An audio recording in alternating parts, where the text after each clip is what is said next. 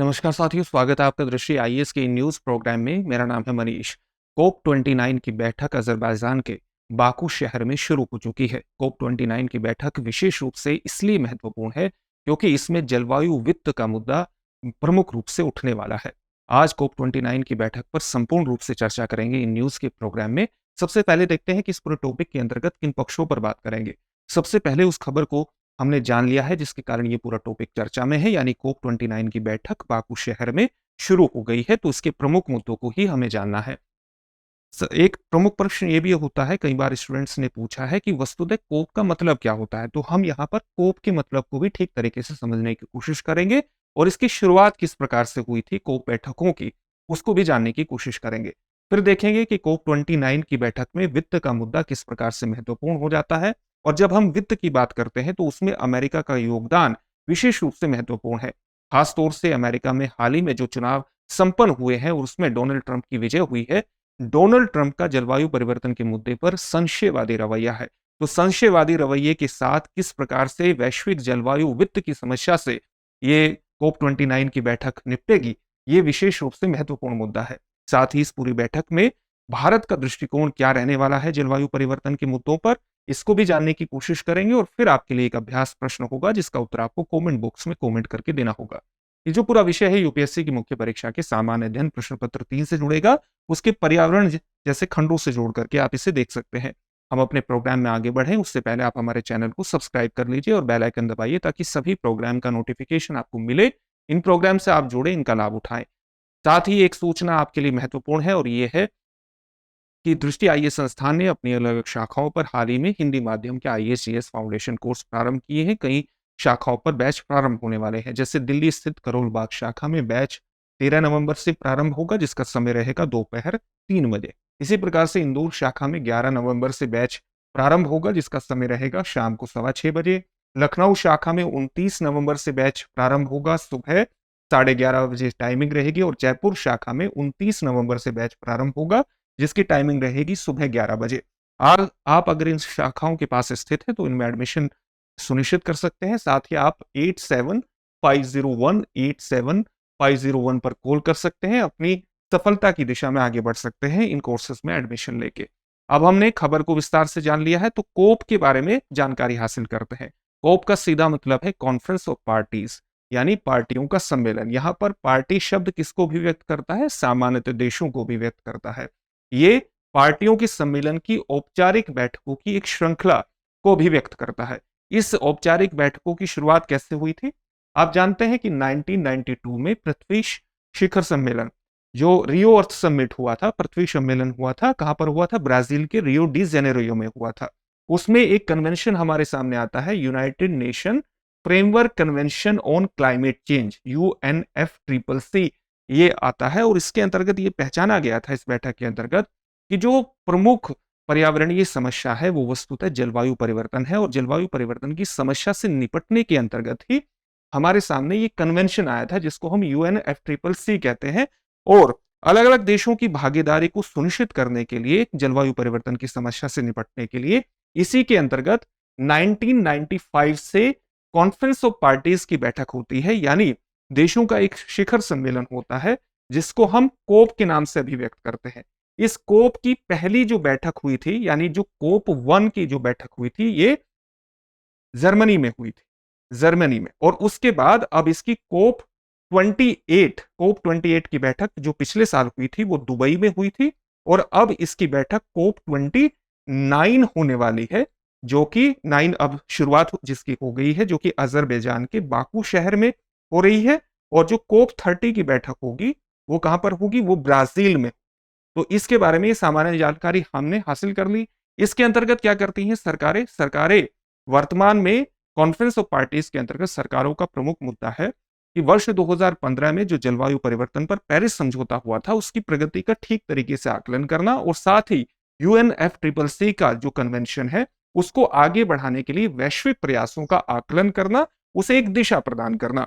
साथ ही इसमें इस बात पर भी ध्यान रेखांकित किया जाता है, ध्यान दिया जाता है कि नवीनतम वैज्ञानिक अध्ययनों के अनुसार किस प्रकार से वैश्विक औसत तापमान में वृद्धि हो रही है और वैश्विक औसत तापमान को 1.5 डिग्री सेल्सियस तक किस प्रकार से सीमित किया जा सकता है। क्योंकि जो कॉन्फ्रेंस ऑफ पार्टीज 21 की जो बैठक हुई थी इस साल 2015 में हुई थी, और कहां पर हुई थी? पेरिस में हुई थी।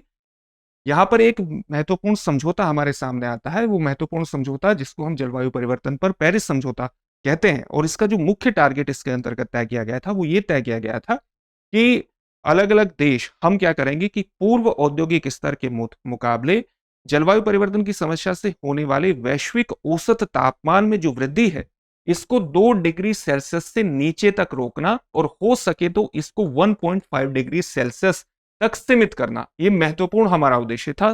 तो कोप 29 हो या कोप 30 हो, कोप 28 हो, इसमें इस समस्या से निपटने के लिए और जो प्रयास किए जा रहे हैं अलग अलग देशों द्वारा उसका एक आकलन किया जाता है और भविष्य की दिशा को तय करने का प्रयास किया जाता है।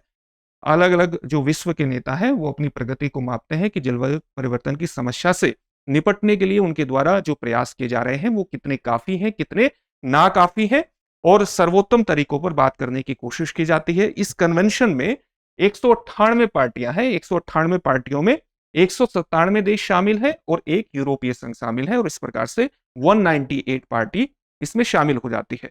जलवायु परिवर्तन की समस्या से निपटने के लिए जो सबसे प्रमुख मुद्दा हमारे सामने आता है वो जलवायु वित्त का आता है। वैश्विक जलवायु वित्त एक फंडिंग व्यवस्था का आता है। फंडिंग व्यवस्था का क्यों आता है? क्योंकि जलवायु परिवर्तन के कारण जो प्रभाव पड़ रहे हैं, उसके नकारात्मक प्रभाव पड़ रहे हैं, वो मुख्यतः विकासशील देशों पर और कम विकसित देशों पर पड़ रहे हैं। इन देशों के पास अपनी विकास जरूरतों को पूरा करने के लिए भी फंड की उतनी व्यवस्था नहीं रहती कि अपनी विकास जरूरतों को पूरी तरह से पूरा कर सके। इसलिए जलवायु परिवर्तन की समस्या से निपटने के लिए एक ढांचा खड़ा करने के लिए इन्हें अपनी आर्थिक नीतियों, सामाजिक आर्थिक नीतियों में परिवर्तन की आवश्यकता है, और उस तरह की सामाजिक आर्थिक नीतियों में परिवर्तन के लिए जरूरी है कि इनके पास फंडिंग व्यवस्था हो। तो फंडिंग किसके द्वारा उपलब्ध कराई जानी चाहिए? मुख्यतः फंडिंग उपलब्ध कराई जानी चाहिए विकसित देश, क्योंकि विकसित देश ही ऐतिहासिक तौर पर ग्रीन हाउस गैसेस के उत्सर्जन के लिए मुख्य रूप से जिम्मेदार रहे हैं। इसलिए विकसित देशों पर एक जिम्मेदारी बनती है कि वो विकासशील देश और कम विकसित देशों को जलवायु परिवर्तन की समस्या से निपटने के लिए एक फंडिंग व्यवस्था उपलब्ध कराए, जो कि मुख्यतः कोप 29 का एक प्रमुख मुद्दा रहने वाला है। फंडिंग की आवश्यकताएं कई कारणों से होती हैं। इन कारणों को एक बार ठीक तरीके से समझ लेते हैं। इस प्रकार से आप समझिए कि जैसे अगर हम जलवायु परिवर्तन की समस्या से निपटना चाहते हैं तो उसके लिए जरूरी है कि हमें ग्रीन हाउस वैश्विक औसत तापमान की समस्या से निपटना, और वैश्विक औसत तापमान में जो वृद्धि हो रही है उसकी समस्या से निपटने के लिए जरूरी है कि ग्रीन हाउस गैसेस के उत्सर्जन को कम करना, और ग्रीन हाउस गैसेस के उत्सर्जन को कम करने के लिए जरूरी है कि हम अपने जीवाश्म ईंधन की आवश्यकताओं को सीमित करें, उसको लगातार कम करने की कोशिश करें, उसको फेज डाउन करने की बात करें। अगर विश्व 2050 तक नेट जीरो के लक्ष्य को हासिल करना चाहता है, नेट जीरो का मतलब क्या है? ग्रीन हाउस गैसेस के उत्सर्जन का वो स्तर जो प्राकृतिक रूप से, जिससे हमारी प्राकृतिक क्षमता ही इतनी हो कि जितना उत्सर्जन हो रहा है ग्रीन हाउस गैसेस का उतना ही हमारी प्राकृतिक या वैज्ञानिक तौर पर क्षमता हो कि उसको सोख ले, जिससे ग्रीन हाउस गैसेस का जो कॉन्सेंट्रेशन है वो वायुमंडल में न बढ़े और वैश्विक औसत तापमान में वृद्धि न हो। तो इसके लिए अगर हम जीवाश्म ईंधन में कमी करना चाहते हैं तो इसके लिए जरूरी है कि फंडिंग की आवश्यकता होगी। फिर अगर दूसरा मुद्दा आ जाता है नवीकरणीय ऊर्जा का। अगर नवीकरणीय ऊर्जा के अंतर्गत हम अपनी भागीदारी बढ़ाना चाहते हैं, हम अपनी इकोनॉमी में नवीकरणीय ऊर्जा स्रोतों को बढ़ाना चाहते हैं, तो इसके लिए भी जरूरी है कि हमें फंडिंग की आवश्यकता पड़ेगी विकासशील देशों को और कम विकसित देशों को। जैसे एक अध्ययन के अनुसार यह माना गया है कि अलग अलग विश्व के देश अगर अपने नवीकरणीय ऊर्जा स्रोतों में 3 गुना की वृद्धि करते हैं और साथ ही अपनी ऊर्जा दक्षता को 2 गुना बढ़ाते हैं, तो ये चीज दोनों मिलकर के प्रतिवर्ष क्या कर सकती है? प्रतिवर्ष 7 billion ton greenhouse gases के उत्सर्जन को कम कर सकती है। लेकिन इस व्यवस्था को खड़े करने के लिए फंडिंग की आवश्यकता पड़ेगी। इसी प्रकार से कोयला भी एक महत्वपूर्ण उद्देश्य है, और कोयले को भी फेज डाउन करने की बात लगातार चल रही है। इसको फेज डाउन करने के लिए एक महत्वपूर्ण बात यह भी है कि कोयला ग्रीन हाउस गैसेस के उत्सर्जन में महत्वपूर्ण भूमिका निभाता है। लेकिन विकासशील देशों के अधिकतर जो तापीय विद्युत संयंत्र हैं वो कोयले पर निर्भर है, और जैसे भारत में जो तापीय विद्युत संयंत्र है उसमें कोयले की जो भूमिका है एक अध्ययन के अनुसार 74.3% है। एक अध्ययन है, इसमें बदलाव भी हो सकता है इस परसेंटेज में, लेकिन सामान्य तौर से ये 70% 70% से ऊपर ही है। अगर हम इस व्यवस्था को बदलना चाहते हैं और नवीकरणीय ऊर्जा संसाधनों को बढ़ाना चाहते हैं अपनी इकोनॉमी में, तो उसके लिए भी फंडिंग की आवश्यकता पड़ेगी। तो इस तरह की आवश्यकताएं लगातार बनी रहती हैं। इसी प्रकार से अगर मीथेन मीथेन का जो ग्रीन हाउस गैसेस में उसके उत्सर्जन में जो मीथेन की भूमिका है वो 25% के आसपास है एक अध्ययन के अनुसार। और मीथेन की एक महत्वपूर्ण भूमिका ये रहती है कि ये ग्रीन हाउस गैसेस का जो टोटल प्रभाव है, जो पैदा करना माफ कीजिएगा, जो वैश्विक तापन के अंतर्गत इसका प्रभाव उत्पन्न करने की क्षमता है, वो कार्बन डाइऑक्साइड के मुकाबले 80 गुना ज्यादा है। इसका प्रभाव इतना ज्यादा है। और इसके जो मीथेन के प्रमुख स्रोत हैं वो क्या है? कृषि और पशुपालन है।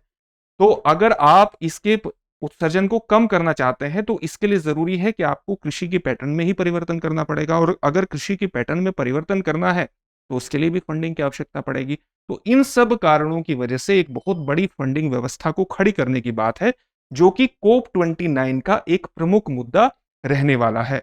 कोप 29 का सबसे महत्वपूर्ण मुद्दा यही है कि एक पेरिस क्लाइमेट एक्शन, जलवायु कार्रवाई के लिए वित्तीय प्रवाह को बढ़ाने के अंतर्गत एक मजबूत वित्त समझौते को सामने लाया जाए और इसमें विकासशील देशों की महत्वपूर्ण भूमिका को स्थापित किया जाए। बाधा रहित पर्याप्त धन की कमी को दूर किया जाए, यानी जो बाधा आती है पर्याप्त धन को क्रिएट करने की, उसको सृजित करने की, एक ग्लोबल फाइनेंस फंड क्रिएट करने की, उसके लिए इन सभी बाधाओं को दूर किया जाए। कोप 29 में ये प्रमुख मुद्दा रहने वाला है। कोप 29 में जलवायु कार्रवाई के लिए विकसित देशों द्वारा दी जाने वाली धनराशि में कम से कम 10 गुना वृद्धि पर भी सहमति बनने की उम्मीद है। इसका मतलब क्या हुआ? इसका मतलब सीधे तौर पर यह है कि अभी तक विकसित देशों से ये उम्मीद की जाती है कि वो प्रति वर्ष $100 बिलियन की व्यवस्था उपलब्ध कराएं जलवायु परिवर्तन के प्रभावों को सीमित करने के लिए। लेकिन 2026 तक विकसित देशों का जो योगदान है उसको $1 ट्रिलियन तक बढ़ाना है। इसके लिए भी सहमति बनाने की आवश्यकता है और कोप 29 पर प्रयास किया जाएगा कि इस पर सहमति बनाई जाए। लेकिन इसमें एक प्रमुख चुनौती यह है कि जो विकसित देश हैं उनका ये कहना है कि ये जो डोनर आधार है, यानी जो आप ग्लोबल फाइनेंस फंड, ग्लोबल वित्त व्यवस्था क्रिएट करने की कोशिश करेंगे, तो इसके लिए जरूरी है कि देशों के आधार को विस्तृत किया जाए। इसमें केवल विकसित देशों को ही शामिल ना किया जाए बल्कि कई अमीर देशों को भी शामिल किया जाए, जैसे इसमें सऊदी अरब, सिंगापुर और चीन जैसे देशों को भी इस दाता आधार को बढ़ाने के लिए शामिल किया जाना चाहिए। विकसित देशों की एक प्रमुख डिमांड ये भी है और ये एक महत्वपूर्ण चुनौती होगी। अब हम इसको भी आप समझ लीजिए कि अगर आप कोई भी कोप 29 के अंतर्गत या वैसे भी कोई जलवायु परिवर्तन की समस्या से निपटने के लिए कोई वैश्विक वित्त ढांचा खड़ा करना चाहते हैं तो उसमें अमेरिका की महत्वपूर्ण भूमिका है। अमेरिका ऐतिहासिक तौर पर न केवल ग्रीन हाउस गैसेस के उत्सर्जन में टॉप पर रहा है बल्कि वर्तमान में भी वो दूसरा ग्रीन हाउस गैस उत्सर्जन का सबसे बड़ा एक तरह से योगदान करता है। और सबसे नंबर 1 में उस पर आता है चीन। चीन सबसे बड़ा योगदान करता है वर्तमान में और दूसरे नंबर पर चीन आता है। ऐतिहासिक तौर पर अमेरिका सबसे बड़ा ग्रीन हाउस गैस का उत्सर्जन करता रहा है। लेकिन अमेरिका में हाल ही में चुनाव संपन्न हुए हैं और उस चुनाव राष्ट्रपति चुनाव संपन्न हुए और राष्ट्रपति चुनाव में डोनाल्ड ट्रंप विजयी हुए हैं। डोनाल्ड ट्रंप का जलवायु परिवर्तन के मुद्दे पर जो रवैया है वो बहुत संशयवादी है। आप जानते हैं कि वर्ष 2016 में जब डोनाल्ड ट्रंप अमेरिकी राष्ट्रपति बने थे तो उन्होंने जलवायु परिवर्तन पर पेरिस समझौते से अपने आप को बाहर निकाल लिया था, अमेरिका को बाहर निकाल लिया था। उसके बाद 2020 में जब जो बाइडेन दोबारा चुन करके आए तो वो जलवायु परिवर्तन की समस्या से निपटने के लिए पेरिस समझौते के अंतर्गत दोबारा अमेरिका शामिल हुआ। डोनाल्ड ट्रंप फिर से चुनाव जीत गए हैं, तो अब वो पेरिस समझौते के अंतर्गत रहेंगे या नहीं रहेंगे, इस पर एक बहुत बड़ा प्रश्न है। और साथ ही कई एक्सपर्ट्स द्वारा यह भी सवाल उठाया गया है कि वो United nation framework convention on climate change की व्यवस्था पर भी बने रहेंगे या उससे भी बाहर होंगे। इस पर भी एक बहुत बड़ा प्रश्न है, क्योंकि जो एक जलवायु परिवर्तन पर दृष्टिकोण है डोनाल्ड ट्रंप का वो बहुत संशयवादी है। और ट्रंप का ये मानना है कि जो वैश्विक जलवायु ढांचा है, जलवायु परिवर्तन की समस्या से निपटने के लिए जो ढांचा बनाया गया है वो अनुचित रूप से अमेरिका को नुकसान पहुंचाता है और चीन को आर्थिक रूप से फायदा पहुंचाता है। और चीन को पहुंचने वाले आर्थिक फायदे को काउंटर करने के लिए, उसका प्रतिरोध करने के लिए उन्होंने अपने इंटरव्यू में, डोनाल्ड ट्रंप ने अपने इंटरव्यू में कहा है कि वो घरेलू तेल और गैस के उत्पादन को विस्तारित करेंगे, उसे बढ़ाने का प्रयास करेंगे, जो अपने आप में जलवायु परिवर्तन की समस्या से निपटने का एक विपरीत गोल हो जाएगा, एक विपरीत लक्ष्य हो जाएगा या उसके विपरीत बात हो जाएगी। तो इसके अंतर्गत भी अमेरिका का क्या रवैया रहने वाला है वो बेहद महत्वपूर्ण हो जाता है वैश्विक फिनेंस जलवायु परिवर्तन की समस्या से निपटने के लिए एक वैश्विक वित्त व्यवस्था खड़ी करने के अंतर्गत भारत का क्या दृष्टिकोण रहने वाला है। भारत का दृष्टिकोण बिल्कुल स्पष्ट है। भारत विकासशील देश, कम विकसित देश और खासतौर से ग्लोबल साउथ के देशों की क्षमता को बढ़ाने के लिए ये कोशिश करेगा कि जो भी वित्त व्यवस्था खड़ी की जाए उसमें विकसित देशों की प्रतिबद्धताओं पर जवाबदेही भी निर्मित की जाए, क्योंकि अगर विकसित देश फंडिंग मुहैया नहीं कराएंगे तो इसका सीधा सा मतलब है कि विकासशील देश और कम विकसित देशों के लिए, ग्लोबल साउथ के देशों के लिए अपनी नीतियों में, अपनी सामाजिक आर्थिक नीतियों में एक लचीलापन लाना, एक रेजिलिएंट व्यवस्था को अपनाना बेहद मुश्किल होगा। तो भारत का दृष्टिकोण ये होगा कि भारत विकसित देशों को जवाबदेह बनाने के अंतर्गत प्राथमिकता रहेगी भारत की कि वित्तीय प्रतिबद्धताओं को सुनिश्चित किया जा सके ताकि विकसित देशों की, साथ ही कम विकसित देश और विकासशील देशों के पास लगातार फंडिंग आते रहे जिससे वे अपनी सामाजिक आर्थिक नीतियों में इस प्रकार से परिवर्तन करें कि जो वास्तविक जलवायु परिवर्तन की समस्या से निपटने के साथ साथ जो भविष्य में जलवायु परिवर्तन की समस्या हो सकती है उसके प्रति वो अपनी नीतियों में रेजिलियंस लाए, एक लचीलापन लाए। और इसके लिए जरूरी है कि एक ऐसी अनुकूलन व्यवस्था खड़ी करना जिसके आधार पर विकासशील देश जलवायु परिवर्तन के नकारात्मक प्रभावों से निपट सके। आप जानते हैं कि जलवायु परिवर्तन की समस्या से निपटने के लिए दो पहलू विशेष रूप से महत्वपूर्ण है, फंडामेंटली महत्वपूर्ण है। एक क्या है? शमन यानी मिटिगेशन, और दूसरा है अनुकूलन। इसका मतलब क्या है? इसका मतलब यह है, शमन के अंतर्गत क्या करते हैं कि जो जलवायु परिवर्तन के कारण है जैसे ग्रीन हाउस गैसेस का जो उत्सर्जन होता है उसको कम करना, यानी जलवायु परिवर्तन की समस्या पर फंडामेंटली प्रहार किया जाता है शमन के अंतर्गत। इसके अंतर्गत क्या किया जाता है? वन रोपण किया जाता है, पुनः वन रोपण किया जाता है, साथ ही कई तरह के और निर्णय लिए जाते हैं जैसे सोलर एनर्जी, विंड एनर्जी का भूमिका बढ़ाई जाती है ऊर्जा स्रोतों के अंतर्गत। अनुकूलन में क्या किया जाता है कि जो जलवायु परिवर्तन के प्रभाव वर्तमान में है और जो भविष्य में होने वाले हैं उसके प्रति रेजिलियंस क्रिएट करना, उसके प्रति प्रतिरोध क्रिएट करना, उसके प्रति अपने आप को तैयार करना। इसके लिए जरूरी क्या हो जाता है? इसके लिए जरूरी यह है कि अगर समुद्र किनारे आप रहते हैं, समुद्र किनारे बस्ती है, तो दीवारें खड़ी करके समुद्र किनारों पर अपने आप को भविष्य के लिए सुरक्षित करना, साथ ही सूखा प्रतिरोधी फसलों का विकास करना ताकि जलवायु परिवर्तन की समस्या से निपटा जा सके। और इन सभी के लिए जरूरी है कि विकासशील देश और कम विकसित देशों को विकसित देश एक फंड मुहैया कराएं और लगातार वित्त पोषण की व्यवस्था एक बनी रहे ताकि विकसित देश, माफ कीजिएगा, विकासशील देश और कम विकसित देश जलवायु परिवर्तन की समस्या से निपट सके। और ये पूरी भारत कोशिश करेगा COP29 की बैठक में कि इस तरह की जवाबदेही को सुनिश्चित किया जाए विकसित देशों। अब इस टॉपिक से संबंधित एक प्रश्न देख लेते हैं। प्रश्न क्या है? जलवायु परिवर्तन पर पेरिस समझौते का प्रमुख लक्ष्य क्या है? आपके ऑप्शंस हैं 2050 तक वैश्विक शुद्ध शून्य उत्सर्जन तक पहुंचना। ऑप्शन बी है वैश्विक तापमान वृद्धि को 2 डिग्री सेल्सियस से नीचे और अधिमानतः प्रमुखतः 1.5 डिग्री सेल्सियस तक सीमित करना। ऑप्शन सी है वनों की कटाई को 50% तक कम करना। ऑप्शन डी है 2030 तक जीवाश्म ईंधन को चरणबद्ध तरीके से समाप्त करना। इस प्रश्न का उत्तर आप हमें कमेंट बॉक्स में कमेंट करके जरूर दीजिए। फिर से एक नए सेशन में आपसे मुलाकात होगी। धन्यवाद।